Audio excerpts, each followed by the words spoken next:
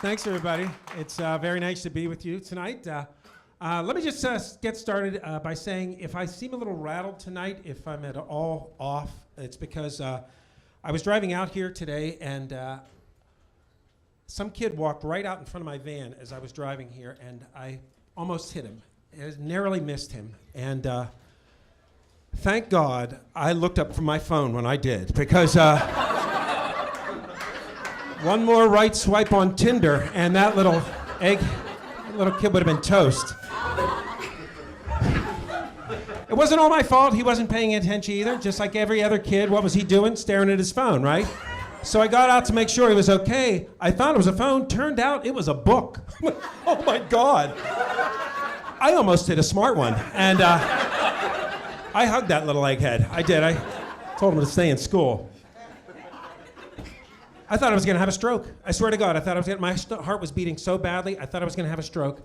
And that's the last thing I want to do is die suddenly and then have my family have to come over to my house and clean it out. Anybody else afraid of that? Because they're going to go down in the basement. They're like, holy shit, he's a hoarder. Look at that. I can't believe it. And I love that show. I love watching that show. Because after I watch it, I'm like, you know what? My life's not that bad. Things are pretty good, actually. At least I'm not doing a GI crawl over newspaper to get into the bedroom every night, you know? I know. I'm probably going to die of a stroke. That's how I'm going to go, because my dad's stroke, mother's stroke, all my grandparents all had strokes. My mother's brother, my uncle, shot by a hooker. I know. And then he had a stroke. So it's more of a stroke of bad luck than anything else, I guess. I told my wife that I'm going to die of a stroke. I said, how do you think you're going to go? I swear to God, this is what she says to me. She said, I'm probably going to die in a fiery car crash. I know. I'm like, you know what? I'll drive from here. How about that? Why don't you just slide over into the passenger seat and enjoy the scenery? Now my biggest fear is I'm going to have a stroke while I'm driving with her in the car, pull right into a gas station. Ba-boom! Simultaneously fulfill both of our end-of-life prophecies. And it's scary, too, because I'm at a point in my life where I have to start worrying about death. That's where I'm at. I am. I'm starting to worry about it. All my friends are dropping like flies. And I'll be honest with you, I just recently turned 50, 7 years ago, and I had to go to the doctor, and I hadn't been to the doctor for the longest time because I don't have health insurance. Anybody else go through that time not have health insurance? Really? I'm the only one? Really? Only loser? What do you all work for the county? Really? Oh, no copay? Is that it? When you don't have health insurance, you don't go to the doctor when you're sick. What do? You frantically Google search your symptoms on the internet. And you come up with wildly inaccurate self-diagnosis.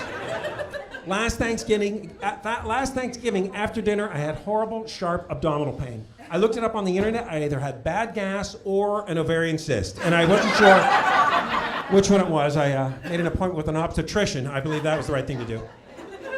Called a friend of mine in the medical field, asked her advice. Unfortunately, she was a vet tech. She said, you've probably got worms. I know. She said the best thing for that is to scoot across the carpet. That's what she said. Just drop your drawers and scoot, scoot, scoot.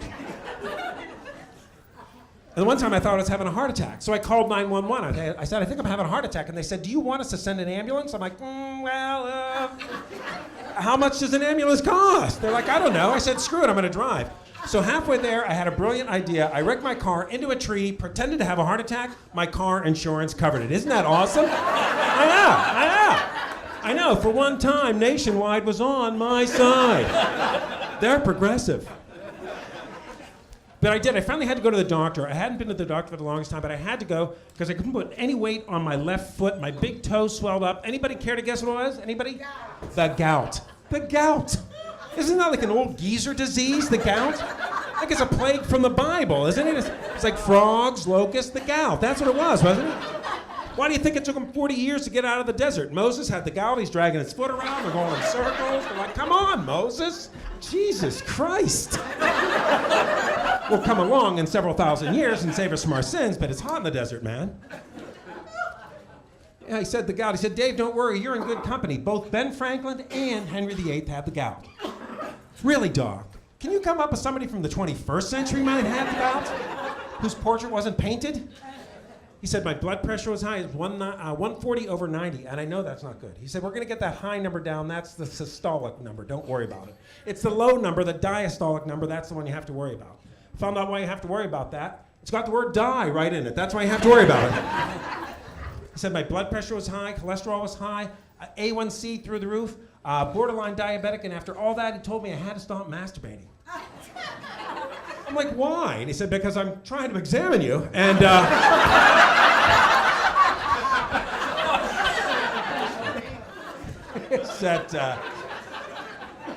that would explain the high blood pressure, huh? In my defense, though, I was in that little room a long time by myself and happened upon a red book with a rather scintillating pictorial of Valerie Bertinelli demonstrating gluten-free recipes. So what fella could hardly help himself? That's what I'm saying. He said I had to change my diet and start eating better foods. He said no steak, no shrimp, no ice cream, nothing good. He said you gotta start eating healthful foods like quinoa. Anybody eat that crap? Ugh. I eat mine in the morning like oatmeal, and this is what I do with quinoa. I boil it up, and then I put on some honey, some blueberries, and walnuts, and then to enhance the earthy flavor and the texture of the quinoa, I put on a small dollop of dog's fish. Because that's really what it tastes like. Might as well go out in the neighbor's yard and get a fresh one. That's what you should do. Save yourself the time of boiling water. And I got a juice now. Anybody juicing? I juice, I get fresh produce, and I juice. We get a NutriBullet, and if you don't know what that is, it's an upside-down blender that costs $275. That's what a NutriBullet is. And now my wife makes me these horrible concoctions. She made something that was carrot juice, kale, and chia pet seeds. Anybody else eating the chia pet seeds like me now? I know, I choked it down. I'm like, this is horrible. I said, I've got better ingredients. I went into the refrigerator, I got milk, chocolate syrup, and ice cream. And I will most likely juice tonight, so. I do. I had to change my diet. That's what I do. And I'll tell you what my problem is I love butter. Anybody else love the butter? God, I love butter. Butter, you know what I'm talking about? Yellow, comes in sticks. You buy it a pound at a time. Come on, people. You live in White Oak. Some of you might have been churning it earlier today. Now, come on, people. I don't know why I'm so mean to you. You've only been nice to me. I do. I love the butter, especially on my mashed potatoes. And if you love mashed potatoes like I love mashed potatoes, I've got 2 words for you. Yukon Gold. Anybody else with me? Anybody?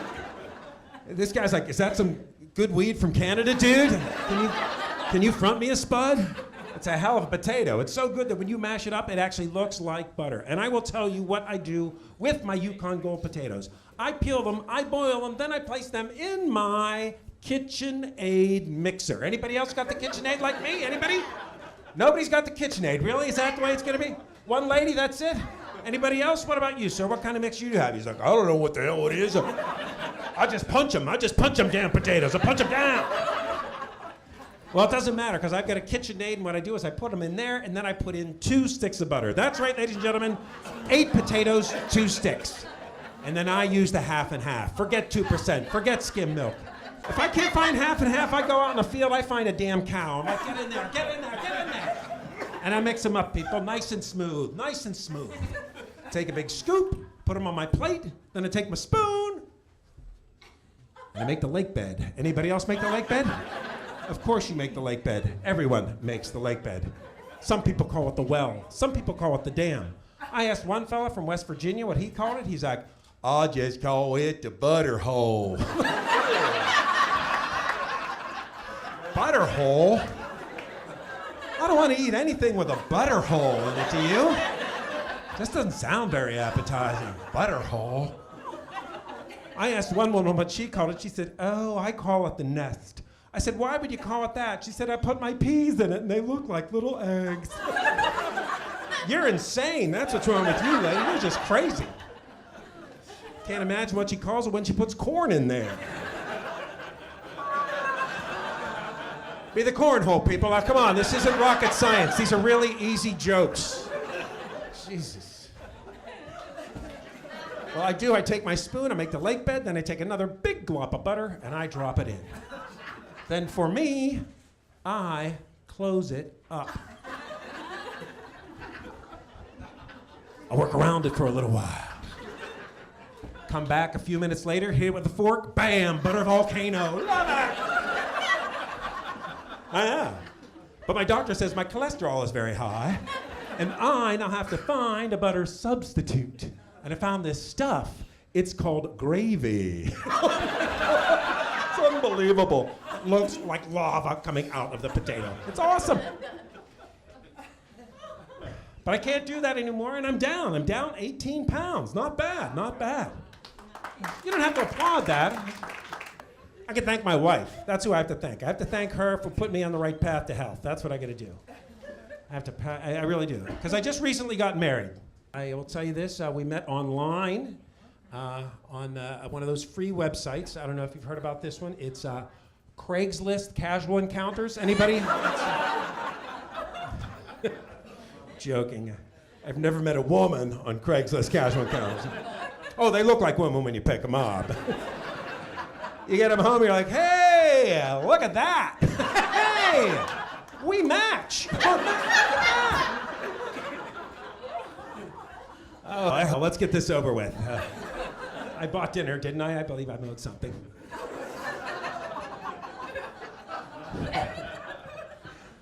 We met on Plenty of Fish. There were plenty out there, most of them bottom feeders. That was the problem with that.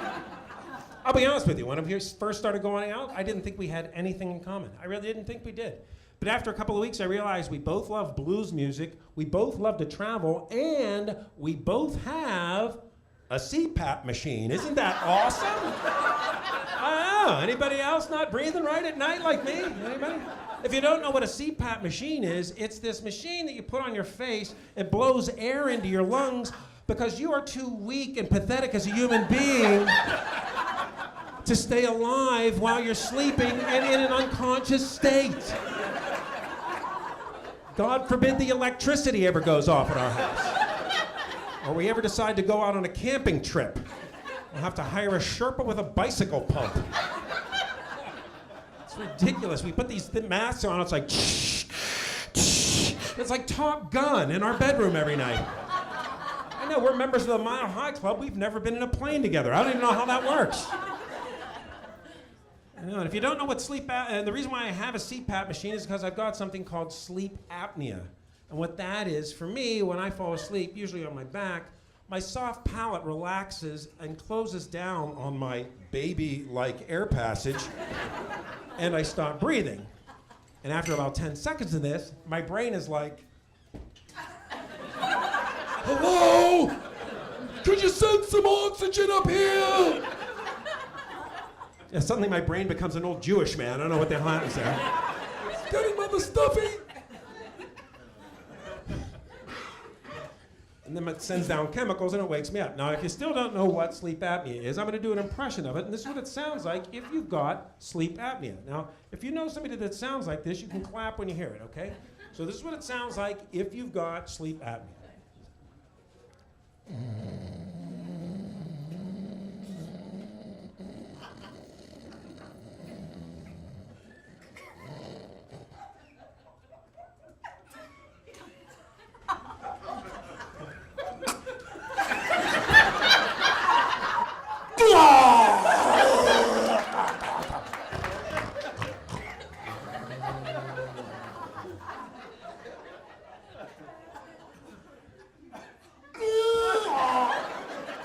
If you know somebody that sleeps like that, you gotta get them a c-pap machine or they're gonna croak.